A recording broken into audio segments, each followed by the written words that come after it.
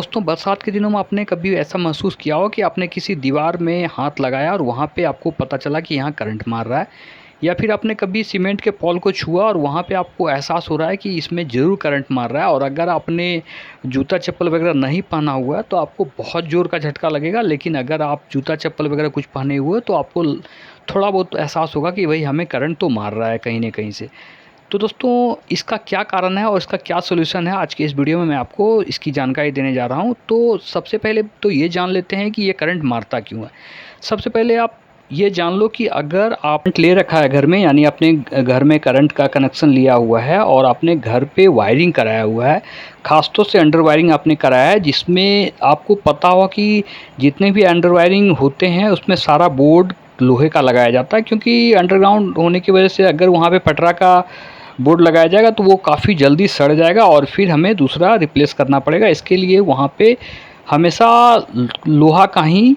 Board का उपयोग किया जाता है, और अगर गलती से भी यदि पॉजिटिव वायर किसी भी बोर्ड में सड़ जाए तो वो पूरा दीवार में ही करंट आने लगता है।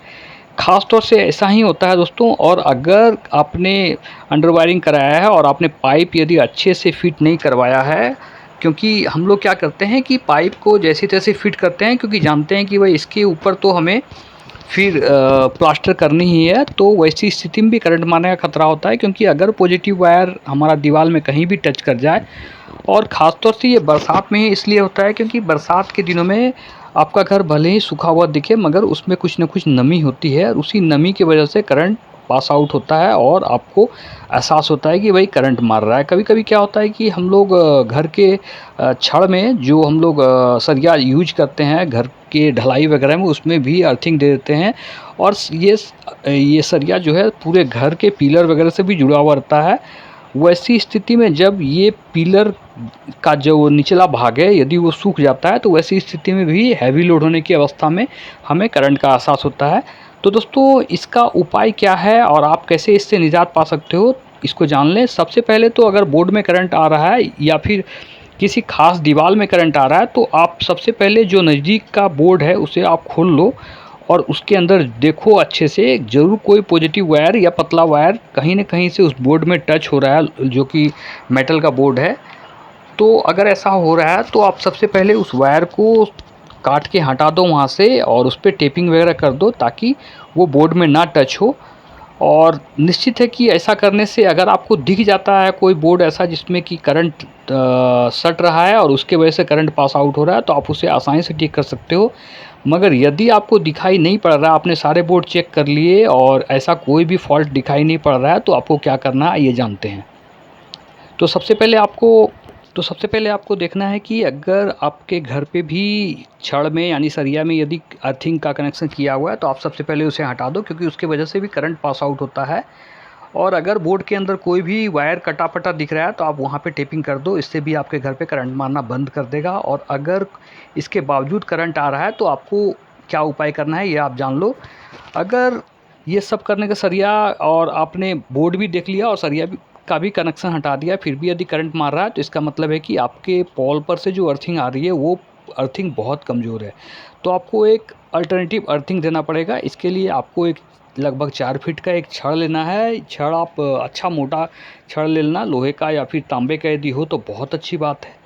और 4 फीट का छड़ के साथ आपको 2 फीट का कम से कम गड्ढा डालना है, गड्ढा करना है, और उसी गड्ढे में उस छड़ को ठोक के आपको किसी भी तरह से ज़मीन के अंदर डाल देना है। और वहाँ से आपको फिर कॉपर का ही वायर लेना है। आपको ओपन मार्केट में मिल जाएगा कॉपर वायर, जो कि अर्थिंग के लिए खास तौर से आता है, जिसके ऊपर कॉटन लपेटा हुआ रहता है।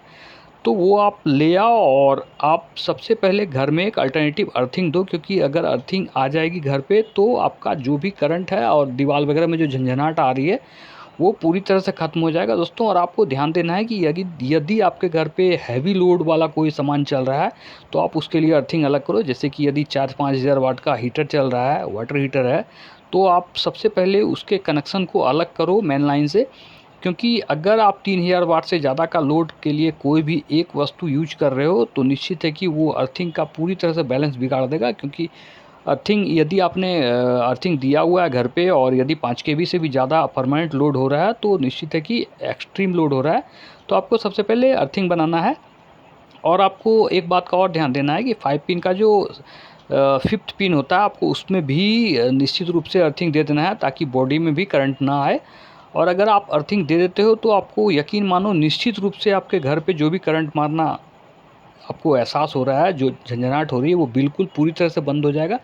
क्योंकि कमज़ोर अर्थिंग के कारण ही एकमात्र कारण है कि कम